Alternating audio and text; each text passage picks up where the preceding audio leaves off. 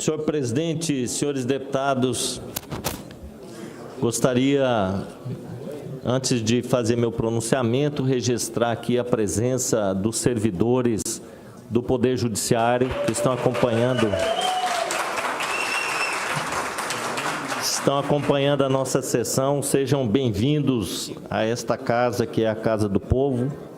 E eu queria, nesta sessão, fazer aqui um comentário sobre a medida provisória 905 do governo federal, conhecida como Carteira Verde-Amarela.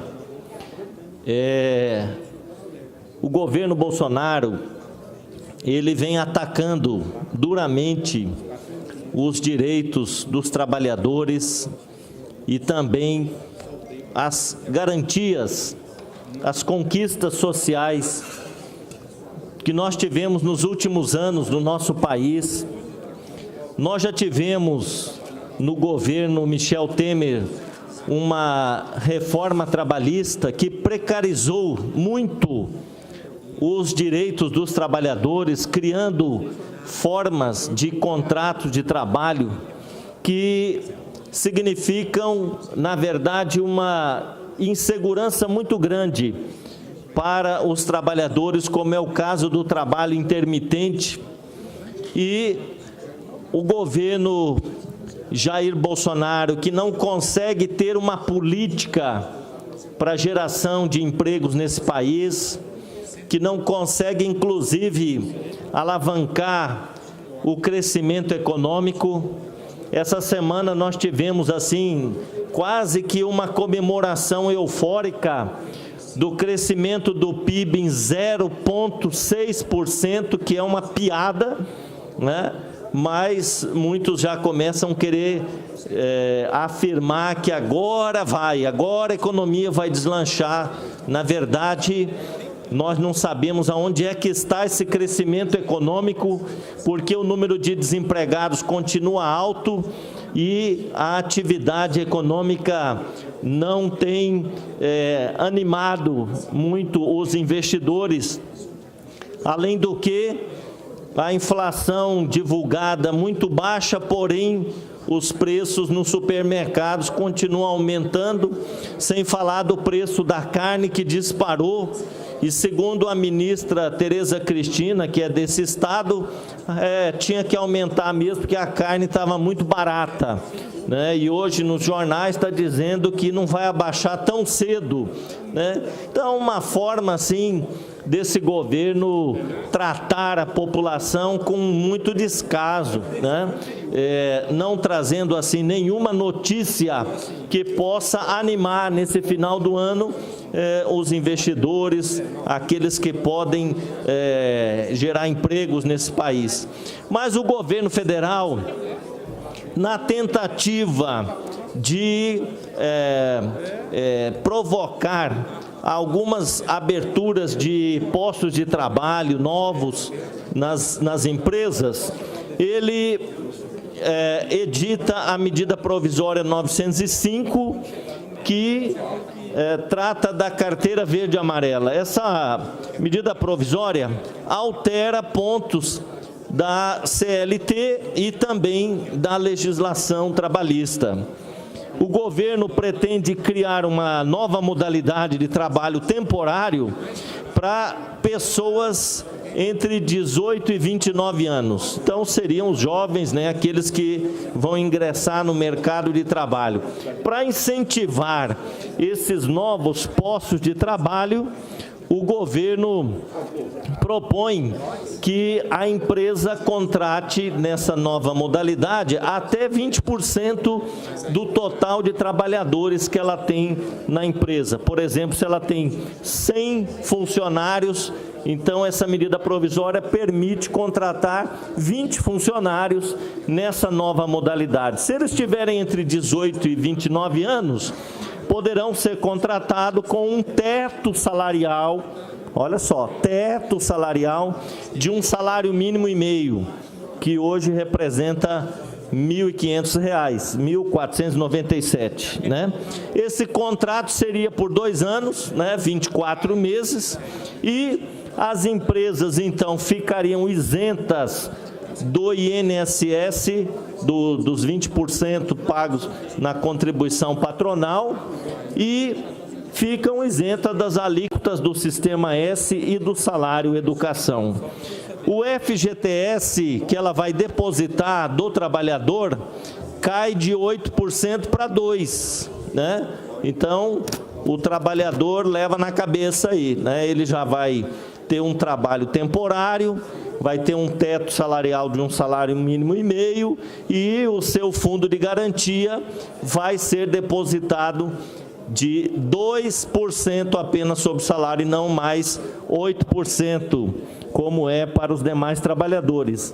E o valor da multa do FGTS, no caso da demissão, cai de 40% para 20% também. E uma novidade aqui, a taxação do seguro-desemprego, né? Então, aquele que ficar desempregado vai receber o seguro-desemprego, mas vai ter um desconto de 7,5% do INSS sobre o seguro-desemprego. E o governo fala que a taxação em cima do seguro-desemprego é para bancar esse programa que reduziu o INSS sobre esses trabalhos temporários desses jovens, né? Então, ele está abrindo mão de receita de um lado e, do outro lado, ele está tirando de quem? De quem que o governo vai tirar para bancar esse programa? Dos desempregados. Parece uma piada ou é piada mesmo? Quer dizer, além desse governo não ter uma iniciativa que possa gerar empregos nesse país, ele está esfolando os desempregados. Ele está taxando 7,5% de INSS dos desempregados para poder bancar um programa como esse, que eu tenho dúvida se vai gerar algum emprego nesse país, né? E, além do mais, a própria medida provisória autoriza o trabalho aos domingos e feriados. Então, tudo que a gente vê deste governo é para apertar ainda mais o cinto da classe trabalhadora.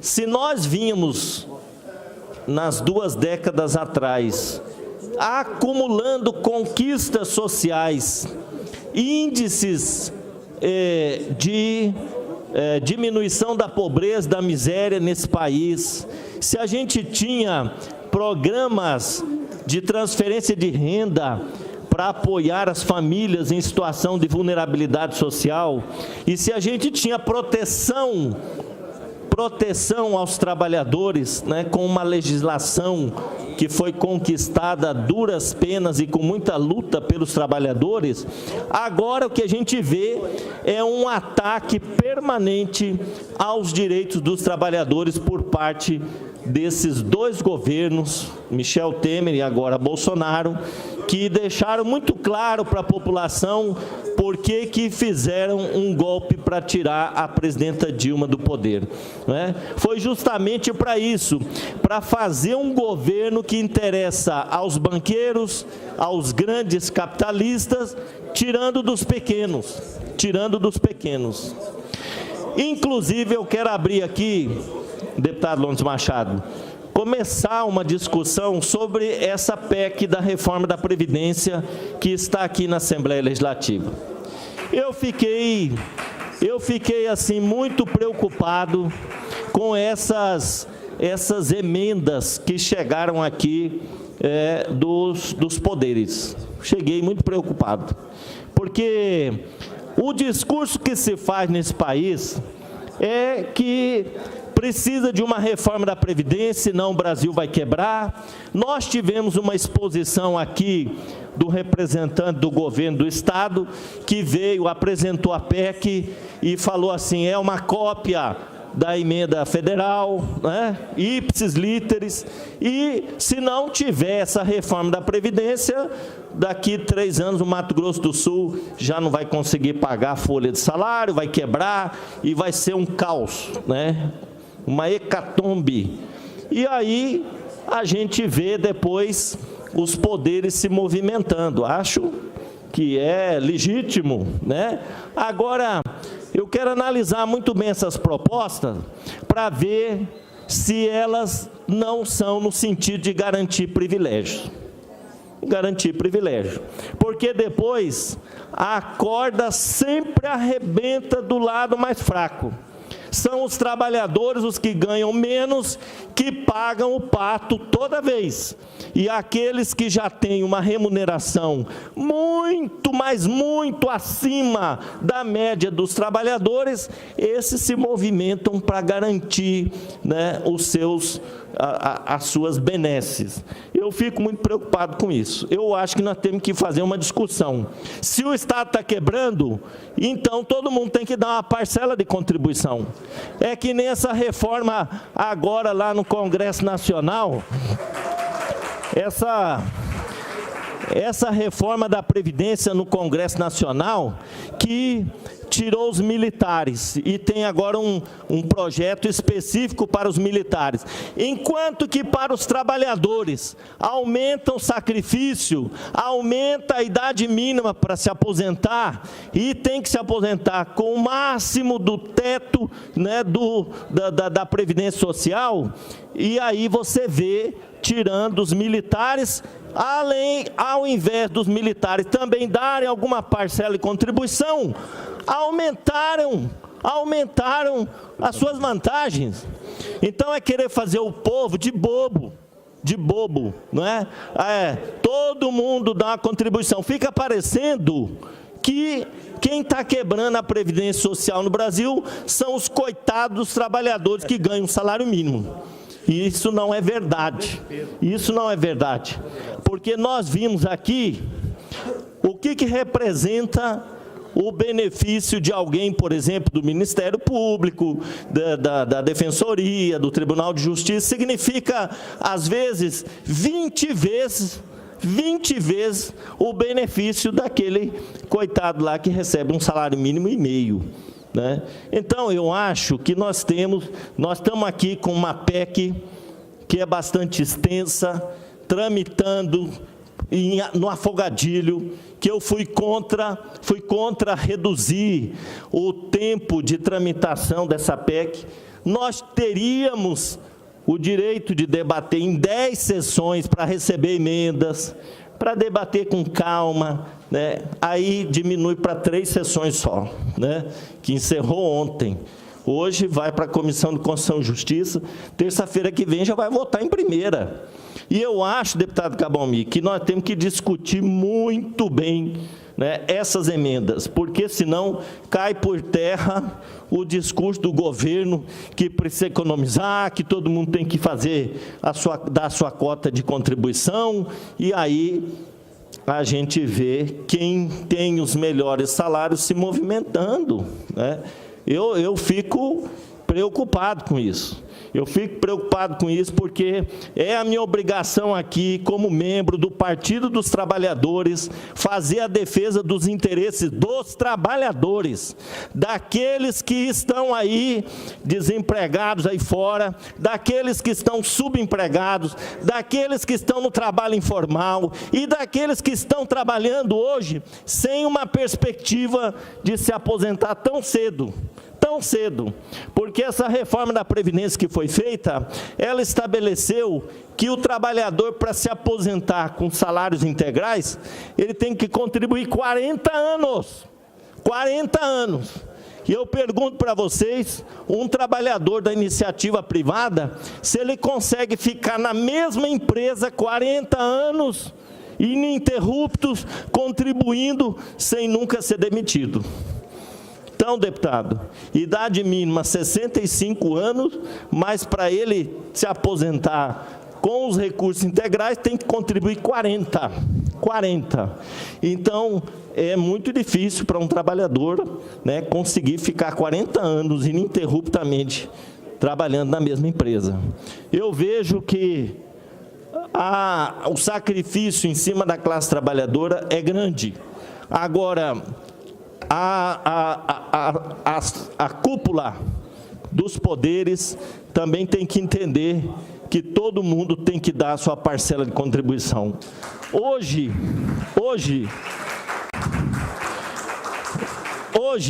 eu vou pegar o caso aqui nosso. Deputado estadual não se aposenta mais como deputado estadual. Não tem mais, caiu isso. O que é justo, o que é certo. Deputado estadual tem que se aposentar como os outros trabalhadores aí, cada um dentro da sua categoria, o teto é o teto da Previdência, certo? Agora, o salário que o deputado estadual recebe permite ao deputado fazer uma contribuição numa previdência privada. Permite. Então, ele vai se aposentar com o teto do INSS, mas ele pode, ao longo dos seus mandatos, fazer a sua previdência privada. Eu pergunto se o trabalhador da iniciativa privada também tem essa oportunidade. Tem essa oportunidade de fazer uma previdência privada, como as categorias aí que ganham os salários mais altos. Eu acho que essa reforma tem que ser muito bem debatida, e eu acho que, se a Assembleia analisar com mais cuidado, joga essa votação para o ano que vem. Joga para o ano que vem.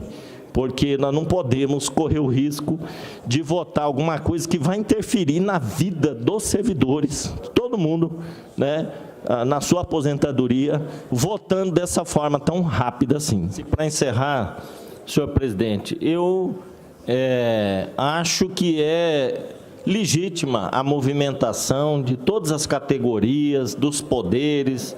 O projeto está tramitando, né? Teve a oportunidade aí de receber emendas. Eu acho que é democrático, né?